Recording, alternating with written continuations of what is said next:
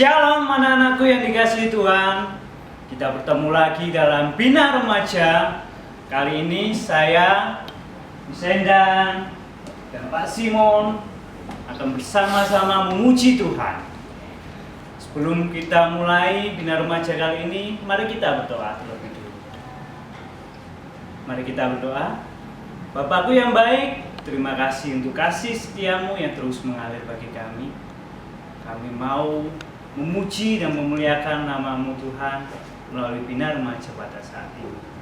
Tuhan, tutup bungkus kami, pimpin acara ini dari awal, pertengahan, hingga akhirnya. Terima kasih Tuhan, kami sambut. Haleluya, amin. Mari anak-anakku, generasi pilihan Allah yang akan dibangkitkan bagi Indonesia. Kita menyanyikan lagu Seperti Bapa Sayang Anaknya.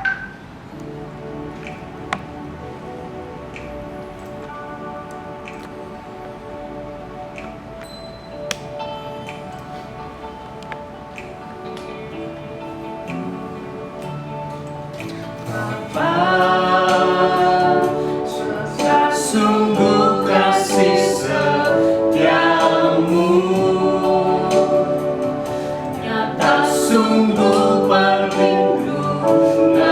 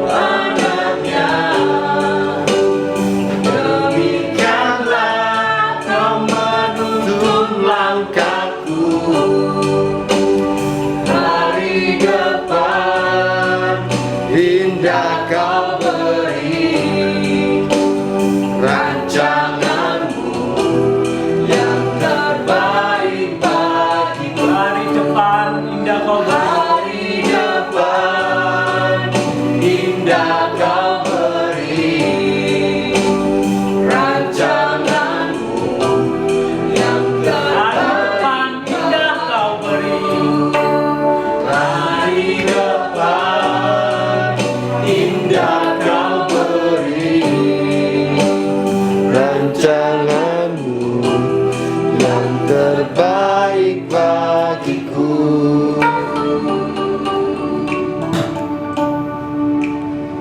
Mari generasi Tuhan, kita mendaki gunungnya Tuhan dengan penuh semangat, berjalan serta Yesus dengan penuh sukacita. Yuk, yang masih duduk kita bangkit berdiri bersama.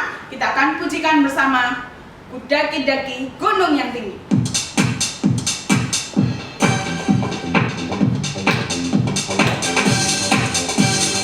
Dari bawah ya.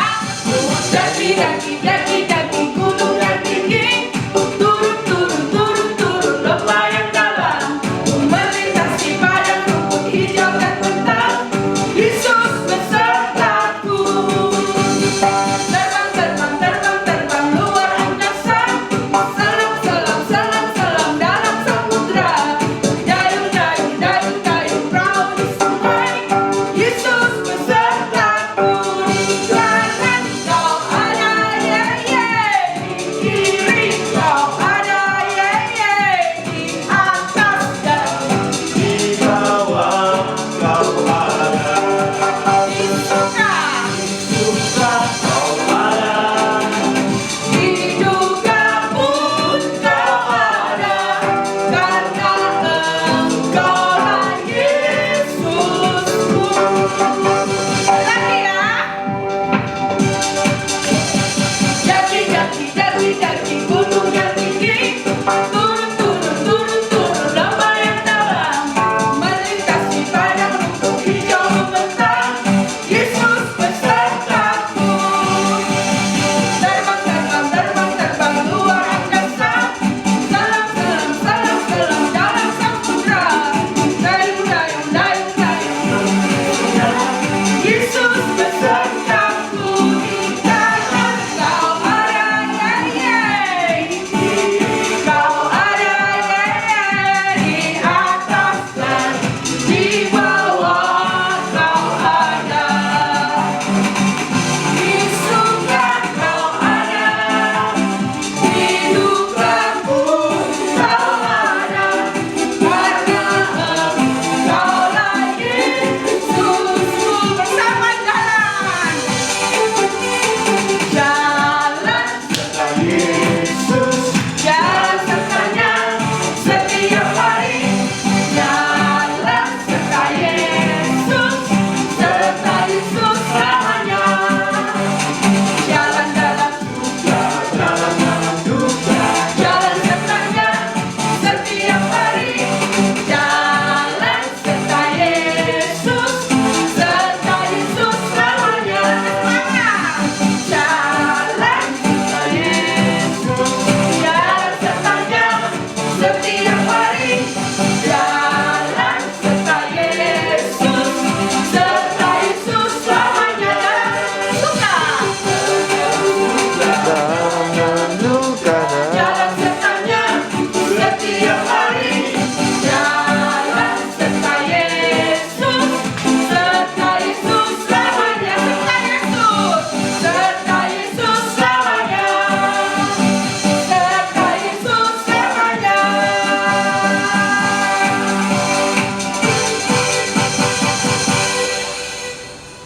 Kita akan ujian. Ku perlu Yesus di hidupku. Mari anakku.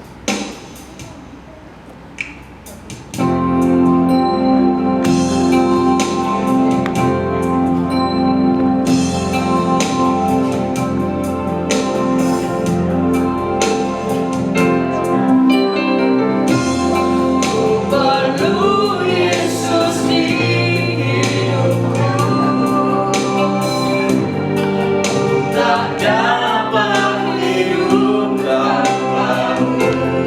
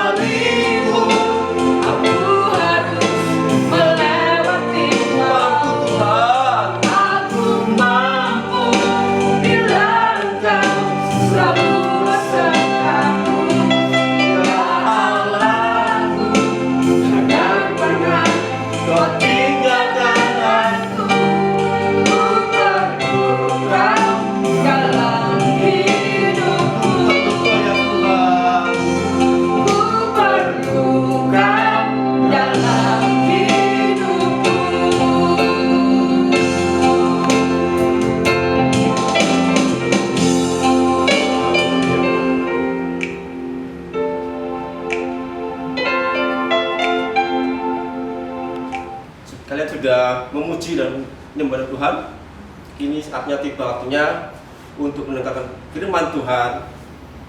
Sudah siap? Siapkan Alkitab, ya, duduk yang manis. Serahkan waktu dan tempat pada pembicara. Mari kesempatan ini kita berdoa sekali lagi, kita bersyukur sama Tuhan. Terima kasih Bapa yang kami sembah dalam nama Tuhan Yesus. Untuk kesempatan ini Tuhan izinkan kami belajar bersama-sama melalui kebenaran firman Tuhan. Urapi setiap kami, dan supaya firman ini kami lakukan dalam kehidupan setiap kami semuanya. Terpujilah nama Tuhan. Urapi pakai hamba-Mu yang sangat terbatas akan menjadi tidak terbatas di tangan Tuhan. Kami bersyukur, kami berdoa dalam satu nama yang ajaib, yaitu dalam nama Tuhan Yesus Kristus. Haleluya, amin. Shalom saudara, teman-teman semuanya. Terima kasih kesempatan hari ini. Kak Vino juga mengucapkan terima kasih banyak untuk Ibu Kepala Sekolah, untuk seluruh guru-guru, dan semua teman-teman yang luar biasa yang ada di dalam Dharma Mulia. Dan kiranya Tuhan Yesus memberkati kita semuanya ya. Dan kesempatan ini walaupun kita nggak bisa tatap muka langsung, tetapi kita mau belajar firman sama-sama. Karena firman inilah pedoman buat setiap langkah-langkah hidup kita, amin. Dan tema hari ini adalah kebangkitan generasi. Oke, tentang kebangkitan generasi. Nah, berbicara generasi, setiap generasi itu unik dan punya challenge masing-masing. Tantangannya beda-beda. Dari ada yang namanya baby boomers, ada generasi X, Y, generasi Z, dan juga generasi milenial, ya, dan juga di zaman kita sekarang ini yaitu generasi alpha. Itu semua punya keunikan dan challenge, tantangannya yang unik, berbeda-beda. Cuman satu aja yang sama dari setiap generasi ini, ya, mau generasi apapun itu, ada satu kesamaan mereka di dalam Tuhan. Apakah kesamaan itu? Ya, mereka punya satu panggilan atau tugas yang sama, yaitu untuk memuliakan nama Tuhan. Katakan untuk memuliakan nama Tuhan. Haleluya, puji Tuhan. Nah, dari setiap generasi yang ada ini, coba kita perhatikan sama-sama. Yang bawa Alkitab kita bisa buka bersama di kitab Hakim-Hakim pasalnya yang kedua. Hakim-Hakim pasal 2 ayatnya yang 21 sampai 23. Saya akan bacakan. Demikian firman Tuhan, maka aku pun tidak mau menghalau lagi dari depan mereka satupun dari bangsa-bangsa yang ditinggalkan Yosua pada waktu matinya, supaya dengan perantaran bangsa-bangsa itu aku mencobai orang Israel, apakah mereka tetap hidup menurut jalan yang ditunjukkan Tuhan seperti yang dilakukan oleh nenek moyang mereka atau tidak. Ayat 23. Demikianlah Tuhan membiarkan bangsa-bangsa itu tinggal dengan tidak segera menghalau mereka. Mereka tidak diserahkannya ke dalam tangan Yosua. Tuhan pada saat itu sedang ada pada satu masa di mana generasi di bangsa Israel yang ada, mereka tidak mengalami apa yang dialami oleh nenek moyang mereka. Mereka hanya mendengar tentang kisah tentang bagaimana bangsa mereka masuk di tanah perjanjian. Jadi dari naskah atau skrip atau tulisan-tulisan para nabi atau siapapun itu, mungkin juga dari tulisannya Yosua dan Kaleb yang masuk ke tanah perjanjian, dari situ mereka membaca dan mereka mendengar kisahnya, tapi mereka nggak ngalami. Nah, inilah satu tantangan. Tuhan ingin membangun, Tuhan ingin membentuk, mencetak satu generasi yang harusnya kuat dan kokoh menghadapi apa yang seperti yang dihadapi oleh nenek moyang mereka dahulu. Generasi yang ada pada saat itu di Hakim-Hakim pasal 2 adalah generasi yang bisa dikatakan generasi yang tidak setangguh seperti generasi nenek moyang mereka dahulu. Nah, gimana caranya Tuhan untuk supaya terbentuk tercetak satu generasi yang kuat dan kokoh? Nah, kita akan belajar sama-sama Ada 2 poin kita pada saat ini yang bisa saya bagikan pada teman-teman dan kita semuanya. Untuk gimana sih caranya Tuhan memproses, membentuk, mencetak generasi yang kuat ini. Ya, yang pertama, Tuhan ingin agar kita tidak hanya mendengar. Oke? Kita nggak hanya mendengar. Karena apa? Mendengar saja itu nggak cukup, tapi kita harus mengalaminya. Amin. Katakan sama-sama, mendengar saja tidak cukup. Oke, kita harus mengalaminya. Amin. Walaupun saya nggak bisa dengar suara kalian, tapi saya yakin dalam roh kalian pun mengatakannya ya. Oke, jadi mendengar saja itu nggak cukup, kita harus mengalami. Mendengar sebuah kisah tentang pengalaman, kesuksesan, keberhasilan dari orang lain, itu nggak akan membawa kita kemana-mana. Biasanya ketika kita dengar tentang kisah orang lain ya, sering kan ada kata-kata yang muncul, wow keren, wow hebat, wih kok bisa ya? Atau mungkin kita sering bilang, wih seandainya aku bisa kayak gitu. Atau yang mungkin agak-agak ekstrim, mungkin kita pernah dengar atau bahkan kita ngomong gitu ya, alah biasa aja, gitu aja kok, aku juga bisa. Nah, jadi kita mendengar sebuah kisah, itu respon tiap orang berbeda-beda, tetapi secara umum kita akan terkagum-kagum. Nah, sekali lagi, kalau itu sudah titik, maka kita nggak akan kemana-mana. Alias hidup kita nggak akan mengalami suatu perubahan, hidup kita nggak akan mengalami dampak. Itulah sebabnya kita perlu nggak hanya mendengar, tapi mengalami ini penting. Nah, generasi yang sekarang ini, yang lahir di tahun 2010 ke atas, yang zaman kita sekarang ini generasi Alpha ya. Jadi generasi ini tuh mengalami percepatan yang luar biasa dalam IT, macam-macam ya, teknologi semuanya cepet banget. Dan kita hidup di area digital, di dunia yang modern seperti ini, informasi itu banyak sekali kita dengar gitu ya.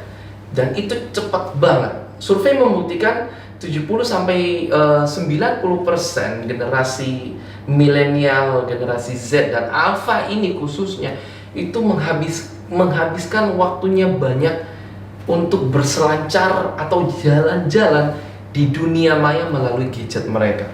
Ya, jadi ini 70-90%. Dan semua informasi mereka cari melalui berbagai macam platform dan seringnya sih sosial media.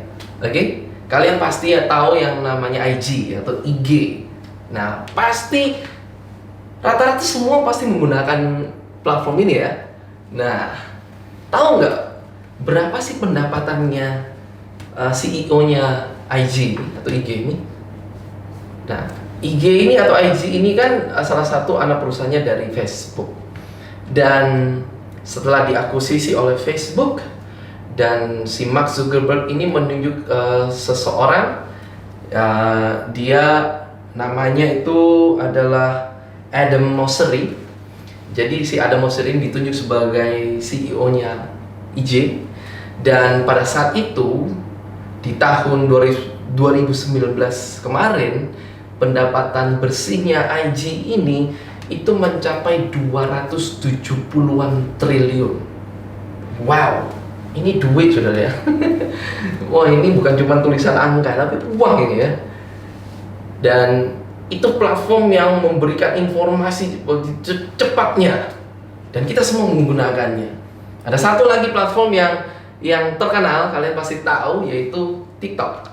Nah, TikTok ini difounderkan oleh seseorang yang bernama Zhang Yiming, dan di akhir 2019 kemarin juga TikTok ini meraih pendapatan bersih itu sekitar sebesar 220-an triliun. Ini angka yang fantastis juga ya, triliun. Wah, luar biasa. Kalau kita beli kerupuk, mungkin ini satu gedung ini di sekolah kalian, di aula itu penuh pasti ya. Wah, jadi platform-platform, belum yang lain-lain yang saya nggak usah sebutkan ya. Pasti masih banyak lagi sumber informasi yang bisa kita dapatkan ya. Kalau yang tadi TikTok itu menari sambil menyanyi ya dan semuanya, tapi itu yang tren hari-hari ini.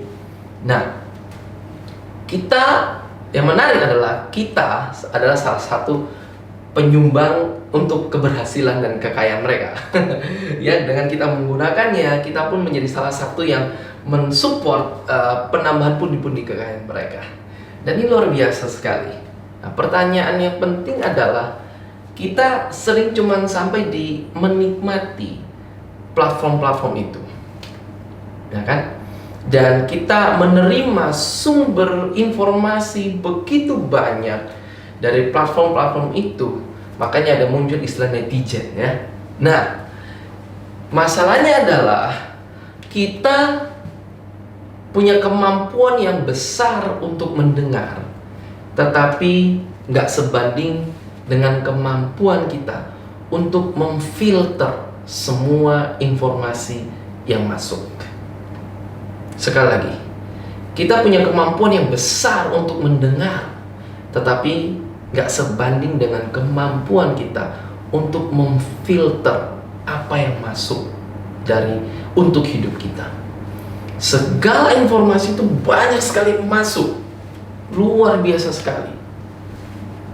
Sekarang orang yang memegang informasi itu adalah orang-orang yang terpakai, gitu ya. Beda dengan zaman dulu, dia punya uang, punya kekuasaan, tapi sekarang orang yang punya informasi akan menjadi narasumber kemana-mana, inspirasi bagi orang lain. Tetapi ya itu tadi, kalau kita nggak punya kemampuan untuk memfilter, maka segala informasi yang buruk pun akan masuk dalam hidup kita, dan itu akan mempengaruhi generasi kita hari-hari ini. Itulah sebabnya nggak heran kalau sampai hari ini pun masih aja ada berita atau informasi tentang berita anak hilang atau berita keluarga yang menghilang dari orang tua mereka. Dan ternyata setelah ditelusuri, rata-rata yang hilang itu adalah melarikan diri karena bertemu seseorang di sosmed, di salah satu platform, mereka janjian ketemuan di satu tempat. Ada yang nggak balik 3 hari, ada bahkan seminggu. Dan ini bukan orang-orang tua, tetapi anak-anak muda semua, generasi alfa, generasi milenial, generasi Z dan generasi alfa, generasi kita semua. Kita yang bangga dengan informasi ini, kita dengar banyak sekali berita, kita dengar banyak masukan, dan itu yang kita nggak sadari, kita nggak punya filter yang cukup kuat untuk mensortir berita-berita atau informasi yang dampaknya negatif atau merusak hidup kita. Itulah sebabnya, saudara-saudara, teman-teman, perhatikan bahwa di ayat yang telah kita baca tadi, ya kan, di ayat 21 dan 22, Tuhan nggak menghalau orang-orang atau bangsa yang menyerang bangsa Israel. Oke? Mereka selama ini cuma dengar kisah, Allah tuh hebat, menolong, membawa bangsa Israel melewati sungai Yordan, membawa bangsa Israel melihat sampai bangsa Israel bisa masuk ke kota Yeriko yang temboknya berlapis-lapis dan luar biasa. Hanya dengan sorakan haleluya, tembok Yeriko runtuh oleh kuasa Tuhan. Tuhan gak mau mereka cukup hanya didengar, tetapi Tuhan mau mereka masuk the next level, yaitu mengalami. Ini penting banget, karena itu tadi, mendengar saja nggak cukup, tapi kita harus mengalami.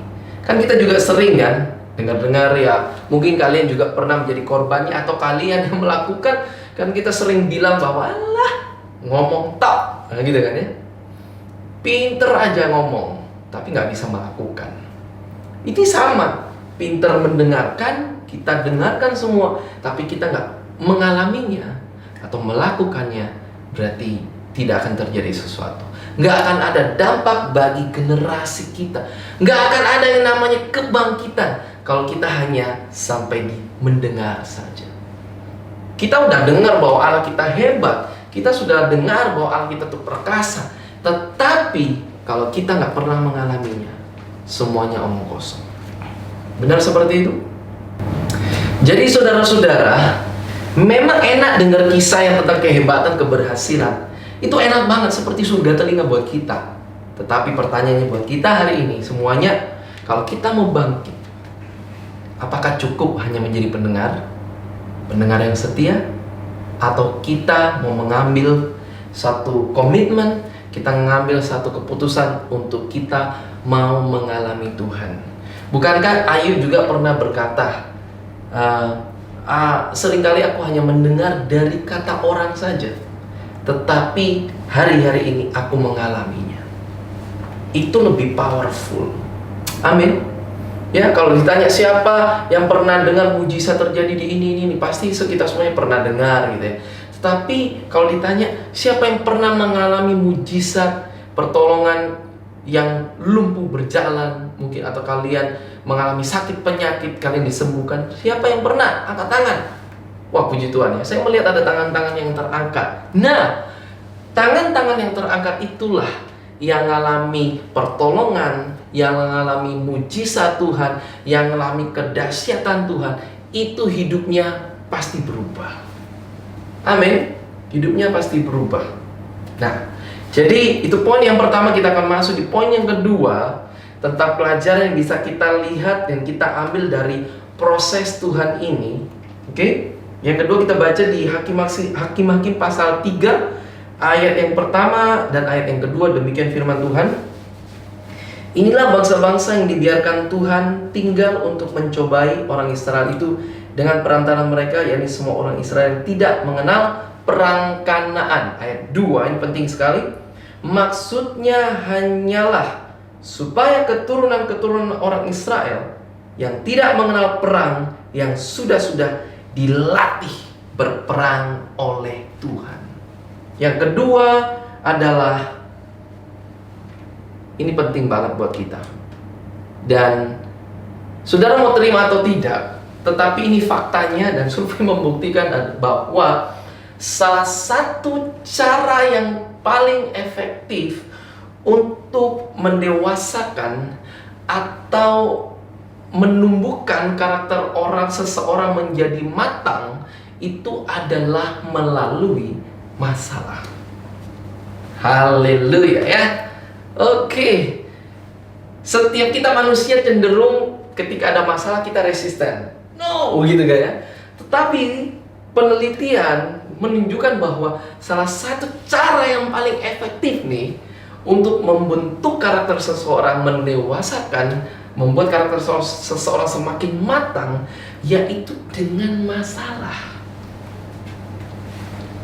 Gak perlu dijelaskan lagi, singkatnya adalah masalah membuat kita keluar dari zona nyaman. Masalah membuat kita menghadapi pilihan-pilihan yang sulit, gitu kan ya.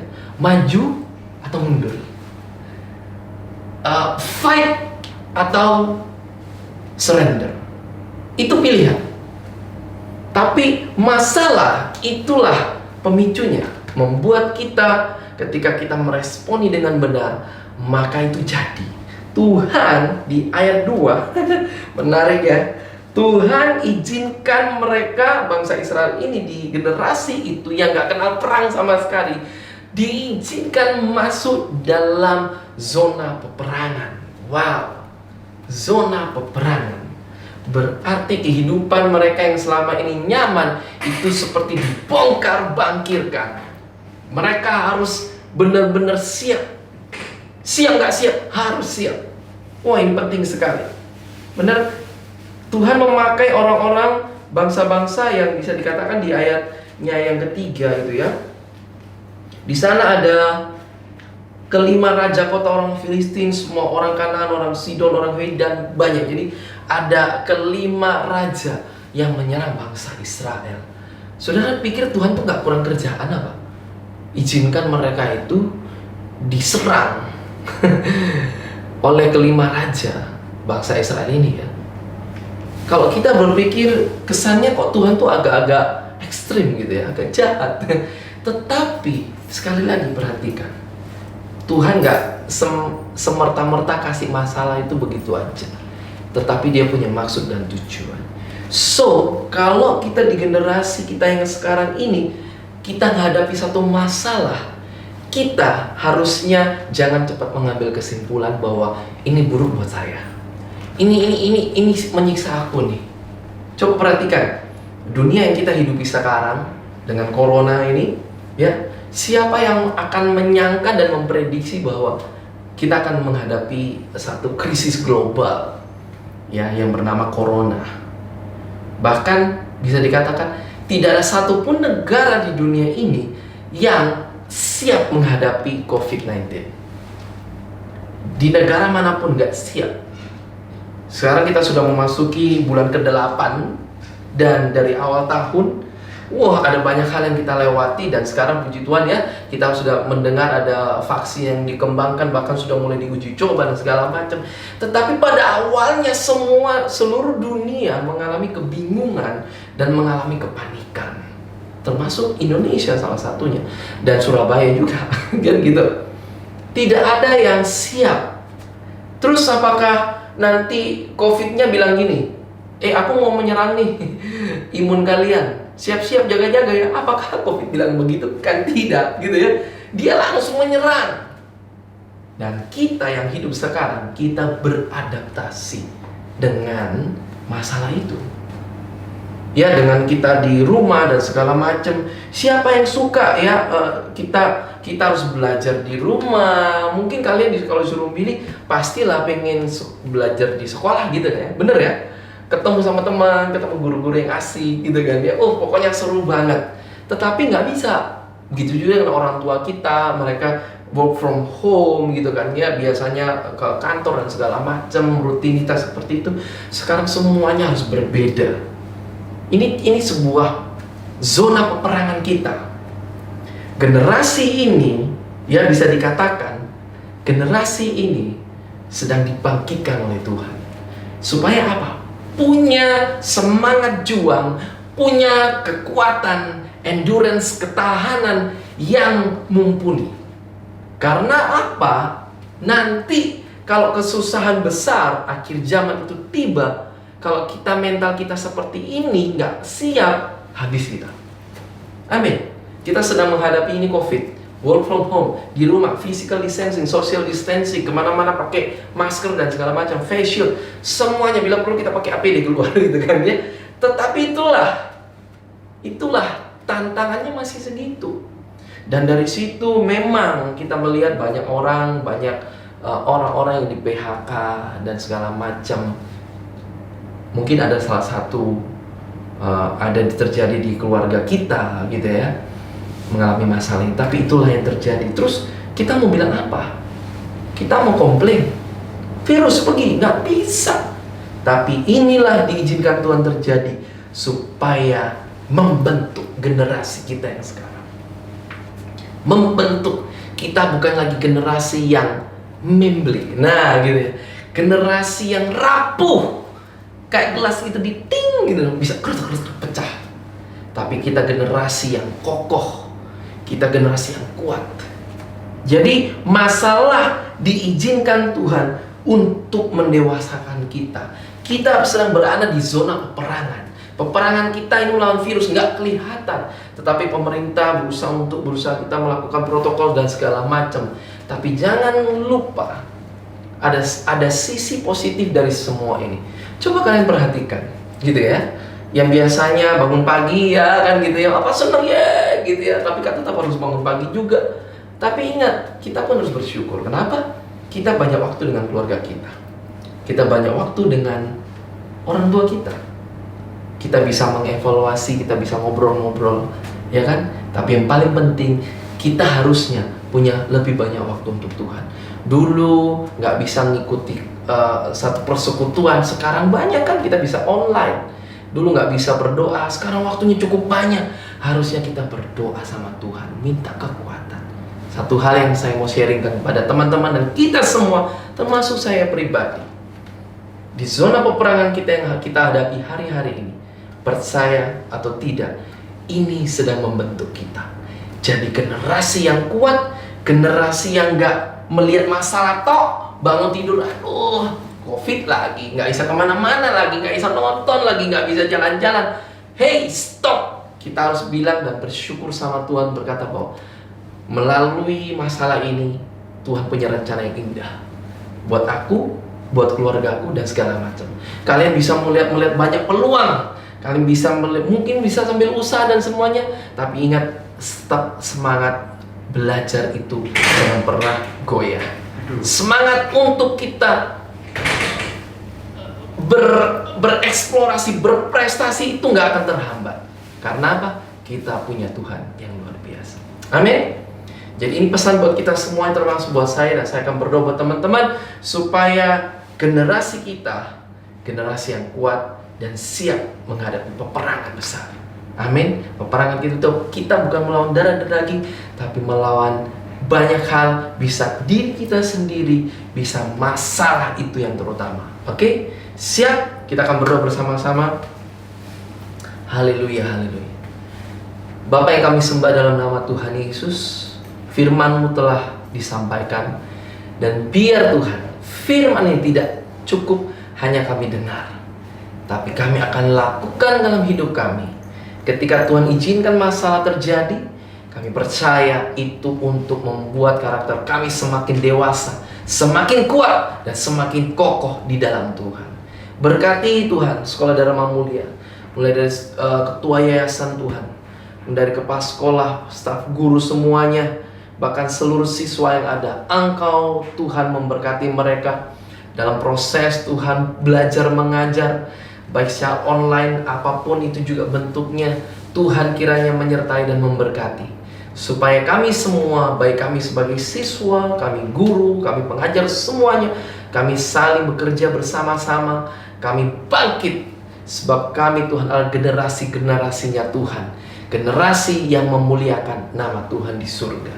Terima kasih Tuhan Yesus. Biar kiranya Tuhan segala persiapan, biar setiap program dan rencana dari sekolah ini Tuhan memberkati. Kami mengucap syukur Tuhan, dan kami akan terima berkat yang daripada Tuhan. Kiranya segala berkat dari Allah dan Bapa kita di surga, cinta kasih sayang Tuhan Yesus, dan pertolongan persekutuan dari Roh Kudus menyertai kita hari ini sampai selama-lamanya. Dalam nama Tuhan Yesus Kristus, haleluya, amin. Thank you, God bless you all.